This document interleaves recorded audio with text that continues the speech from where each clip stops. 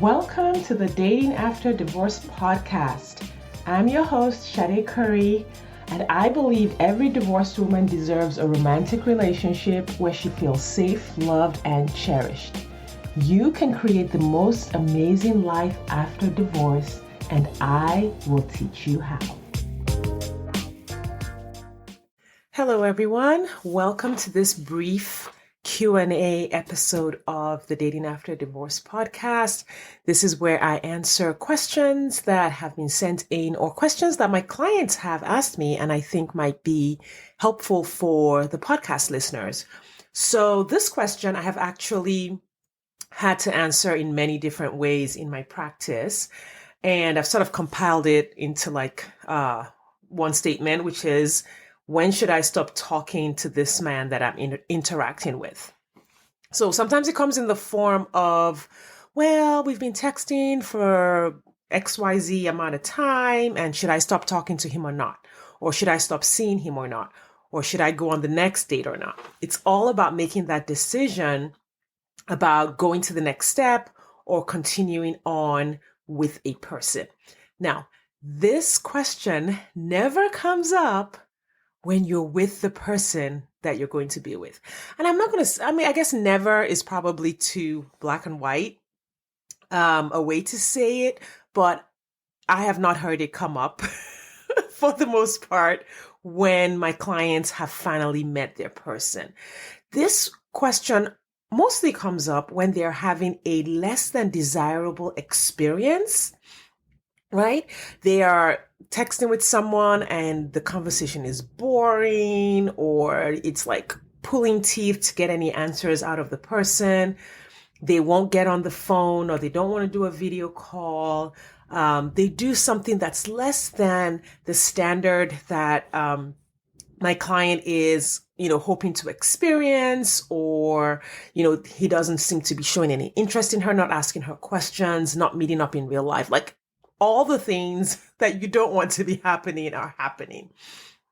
And I don't like to give people like, oh, here's what you should do, right? Because as a coach, my goal is to help you bring out your inner wisdom, to help you train your intuition, to really help you know how to get the answers, so that you're not dependent on me for the answers all of the time. It's all about teaching you how to get your own answers from inside of yourself, because this is a relationship that you are going to be in, right? You're going to be in that partnership. You're going to be in that relationship.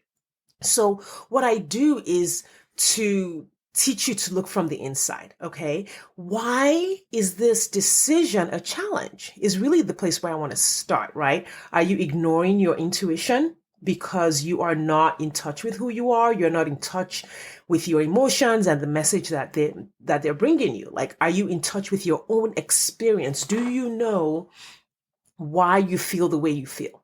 Do you know what's happening in your thoughts and in your emotions that is causing this decision to come to a head?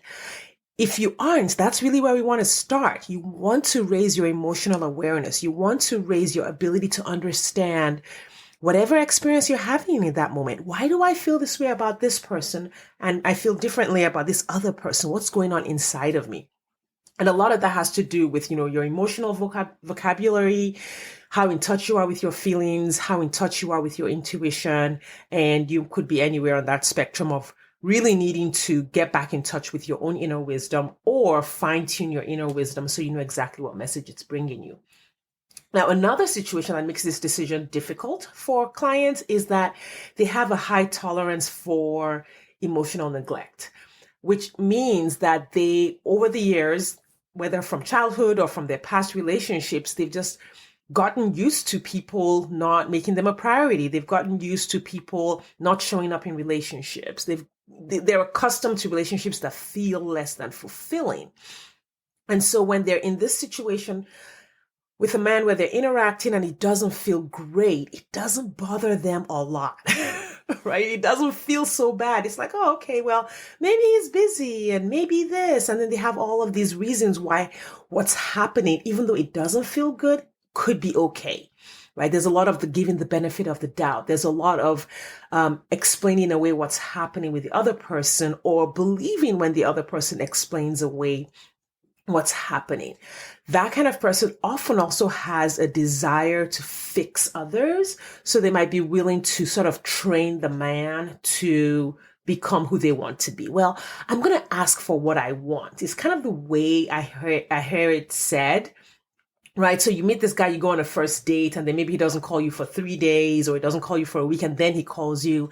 And then instead of really sitting with that experience, like, okay, what did I really think about that experience? What did I really feel about that experience? And what is my intuition telling me to do here? This kind of person will say, well, I'm going to tell him that I like for him to call every other day, and sort of like train him and teach him to show up in the way I want him to show up. Right. So there's that desire to fix and to train and to help.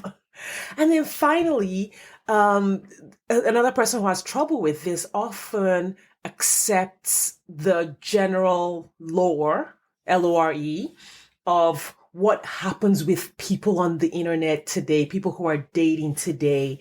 And it's sort of like, well, men today don't text back, or men today do this or do that. And there are all these myths and generalizations out there in the internet about dating. And so there's a person who feels like, well, this must be the way men do it these days. And so they accept that behavior versus saying, what experience do I want to have? What experience am I holding out for? Who is the kind of person that I want to connect with? And I'm not lowering that standard for anyone else. So these are the things that could be the explanation as to why this decision is difficult, or causes confusion, or causes hesitation. And you really want to look at what's going on inside of me, because when it comes to saying no to people that you're dating, you're going to do that a lot of times. It's going to happen frequently. You are out there really trying to create this extraordinary love. You're trying to create this extraordinary relationship. You're not trying to create a relationship that I guess you could refer to as a struggle bus type of relationship, where it's sort of this back and forth and nobody knows what's happening and we don't know what's going on. And we're on today and off tomorrow. You want to create an extraordinary love that is trustworthy and reliable, and you want to find a partner who is there for you. That means you're going to say no to a lot of people along the way. You're going to be making very powerful decisions about who you continue to date, who you continue to text, who you continue to have phone calls with, and who you say yes to. The dating journey is all about being able to make these decisions. And the faster, better, more accurately you can make the decision, the smoother your dating journey is going to be. It won't feel like a roller coaster. It won't feel exhausting. It won't feel stressful, because based on what's happening and your own inner wisdom and your own thoughts and feelings and your own CEO mentality, you know exactly what to do when the man shows up in an interaction, in whatever scenario shows up for you. And so you really want to, learn to hold your standard, right? So I can't tell you for sure what to do for those of you listening who might be making a decision. I can't tell you what to do because I'm on this side of the microphone and you're listening to it. But I want to give you a few questions to ask yourself. One is, are you holding to the standard that you set for your relationship, the relationship you want to find? Are you potentially abandoning yourself or tolerating a less than desirable experience? Are you ignoring reality? Are you explaining away and minimizing what is happening in that situation? And so being confused so that you don't have to make a decision. And then, are you making yourself wrong? Are you making yourself are you sort of taking your self-concept and being like, well, I don't know, and I don't know how to date, and I don't know what my standard is, and maybe he's right, and maybe this is the way they do it. And that's sort of like making yourself wrong and putting yourself at the mercy of whatever is out there that you experience on the internet, instead of dating like a CEO. And there is a prior episode where I've talked about what it means to date like a CEO, which means to just take authority and responsibility for what you create on your dating journey. Go create what you want. Go create that extraordinary relationship. Don't be like, well, people on the interwebs these days do it like this.